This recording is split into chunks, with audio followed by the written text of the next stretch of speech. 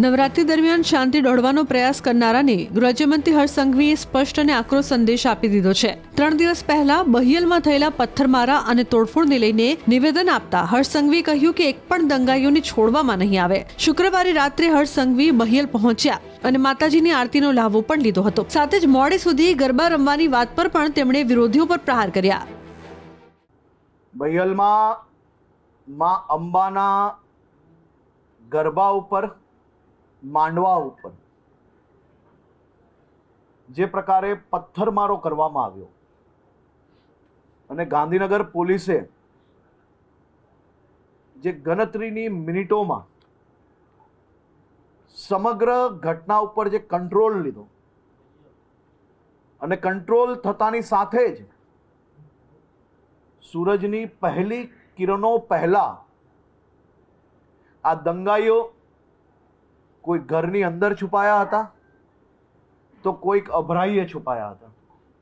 કોઈક પડદાની પાછળ છુપાયા હતા તો કોઈક પોતાના ઘરના ઢાબા ઉપર છુપાયા હતા। આ બંધ દરવાજાઓને તોડીને એક એક દંગાઈઓને પકડીને કડકમાં કડક પગલાં ભરવા બદલ અને ખૂબ જ ડિટેલ્ડ ઇન્વેસ્ટિગેશન ગાંધીનગર પોલીસ જે કરી રહી છે, મને પૂર્ણ વિશ્વાસ છે કે એક પછી એક જેટલા બી દંગાઈઓ અગર ક્યાંય બી છુપાયા હશે તોય એને નિકાલીને શોધીને લાવીને જેલના હવાલે બંધ કરવાનું કામ ગાંધીનગર પોલીસ દ્વારા કરવામાં આવશે। મને ખબર છે કે આ વહેલી સવાર સુધી ગરબા જ્યારે રમવાની છૂટ આપી છે તો એમના પેટમાં દુખે જ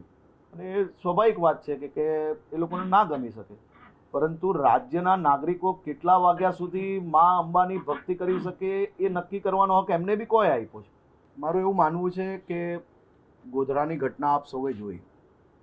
કોઈ એક વ્યક્તિ ખોટી પોસ્ટ કરે અને એ પોસ્ટના માધ્યમથી ખોટી વાતો ફેલાવે કે મને પોલીસ દ્વારા જે પ્રકારે મારી ઉપર મને માર્યો છે, મારી ઉપર ખૂબ કડક એક્શન લીધા છે અને એના વિઝ્યુઅલ્સ બી આપણે જોયા કે 2 મિનિટ માટે ઊંઘી જવાના નાટક કરે છે, પછી એકદમ સારી રીતે ચાલતા દોડતા જઈ રહ્યા છે। એટલે આ પ્રકારના લોકો જે સમાજને ગેરમાર્ગે દોરી રહ્યા છે એવા લોકોથી સાવધાન રહેવું।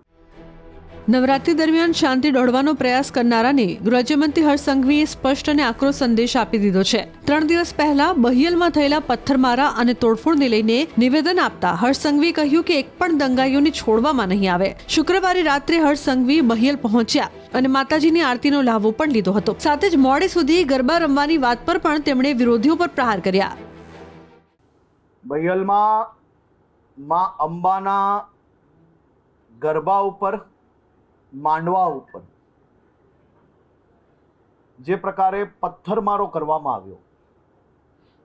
અને ગાંધીનગર પોલીસે જે ગણતરીની મિનિટોમાં સમગ્ર ઘટના ઉપર જે કંટ્રોલ લીધો અને કંટ્રોલ થતાની સાથે જ સૂરજની પહેલી કિરણો પહેલા આ દંગાઈઓ કોઈ ઘરની અંદર છુપાયા હતા તો કોઈક અભરાઈએ છુપાયા હતા, કોઈક પડદાની પાછળ છુપાયા હતા તો કોઈક પોતાના ઘરના ઢાબા ઉપર છુપાયા હતા। આ બંધ દરવાજાઓને તોડીને એક એક દંગાઈઓને પકડીને કડકમાં કડક પગલાં ભરવા બદલ અને ખૂબ જ ડિટેલ્ડ ઇન્વેસ્ટિગેશન ગાંધીનગર પોલીસ જે કરી રહી છે, મને પૂર્ણ વિશ્વાસ છે કે એક પછી એક જેટલા બી દંગાઈઓ અગર ક્યાંય બી છુપાયા હશે તોય એને નિકાલીને શોધીને લાવીને જેલના હવાલે બંધ કરવાનું કામ ગાંધીનગર પોલીસ દ્વારા કરવામાં આવશે। મને ખબર છે કે આ વહેલી સવાર સુધી ગરબા જ્યારે રમવાની છૂટ આપી છે તો એમના પેટમાં દુખે જ અને એ સ્વાભાવિક વાત છે કે એ લોકોને ના ગમી શકે, પરંતુ રાજ્યના નાગરિકો કેટલા વાગ્યા સુધી મા અંબાની ભક્તિ કરી શકે એ નક્કી કરવાનો હક એમને બી કોઈ આપ્યો છે। મારું એવું માનવું છે કે ગોધરાની ઘટના આપ સૌએ જોઈ, કોઈ એક વ્યક્તિ ખોટી પોસ્ટ કરે અને એ પોસ્ટના માધ્યમથી ખોટી વાતો ફેલાવે કે મને પોલીસ દ્વારા જે પ્રકારે મારી ઉપર મને માર્યો છે, મારી ઉપર ખૂબ કડક એક્શન લીધા છે અને એના વિઝ્યુઅલ્સ બી આપણે જોયા કે 2 મિનિટ માટે ઊંઘી જવાના નાટક કરે છે, પછી એકદમ સારી રીતે ચાલતા દોડતા જઈ રહ્યા છે. એટલે આ પ્રકારના લોકો જે સમાજને ગેરમાર્ગે દોરી રહ્યા છે એવા લોકોથી સાવધાન રહેવું.